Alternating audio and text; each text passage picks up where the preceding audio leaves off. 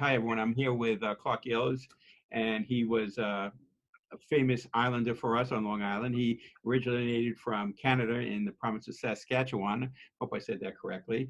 And Yeah, that's close enough. You're kind enough to come on with us today. So I had a couple of quick questions for you, and then I'll let you get on. Basically, the purpose of this is to try to raise money for Long Island hospitals through this crisis that we have. And I was just wondering if you still have family back home in Canada, and if so, what's going on in Canada? Because we know what's happening in New York, and it's not good, but we're sort of disconnected from other places like Canada. If you could fill us in if you have any information.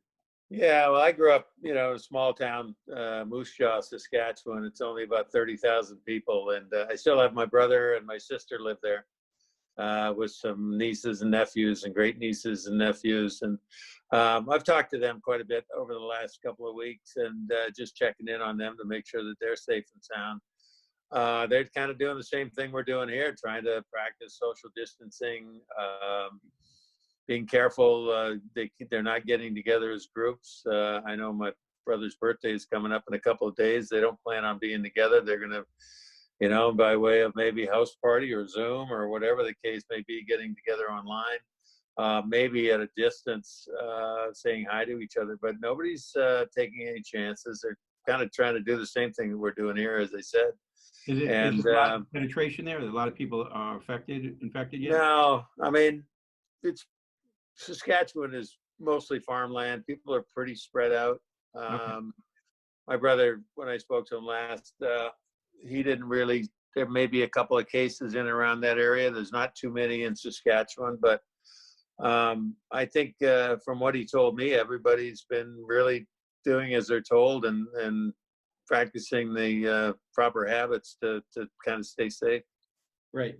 And here on Long Island, what type of things are you involved in these days? I know what you did when you were playing hockey. You were, I guess, did they call you an enforcer? Was that an accurate term? I used to call it self-defense, but Self-defense. Okay. Yeah.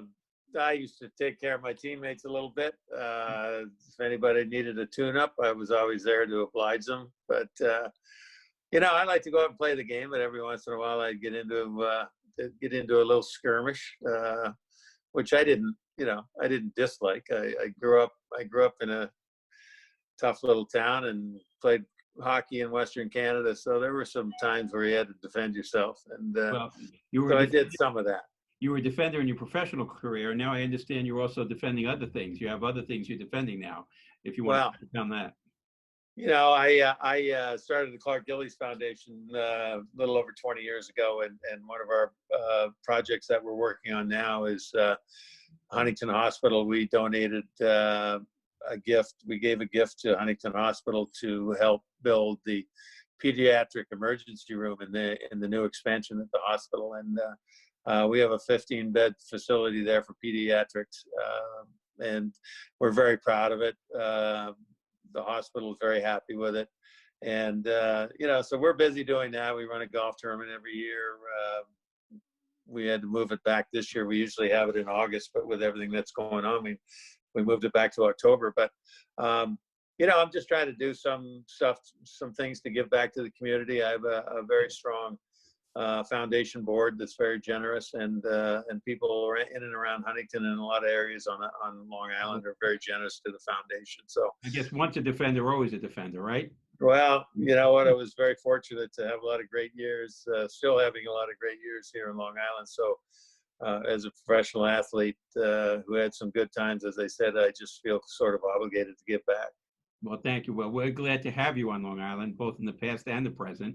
And as you know, the purpose of this is to help us raise funds for most of the hospitals on Long Island to help everybody out. And we really appreciate your time with us. And if there's anything we could do for you, we'd love to help you. Thank you, Clark. Well, Richard, let me say that I've been to Huntington Hospital a couple of times during during the last month, 5-6 weeks, and I've talked to Nick Federman, the CEO at the hospital, and they're working their tails off, the nurses, the doctors, and I just have the utmost respect for all nurses and doctors on Long Island and the New York metropolitan area for what they're doing, because we have a very severe situation around here that without them doing what they're doing, we'd all be in a lot worse trouble. So thanks to them, and thank to you for having me on. You take care.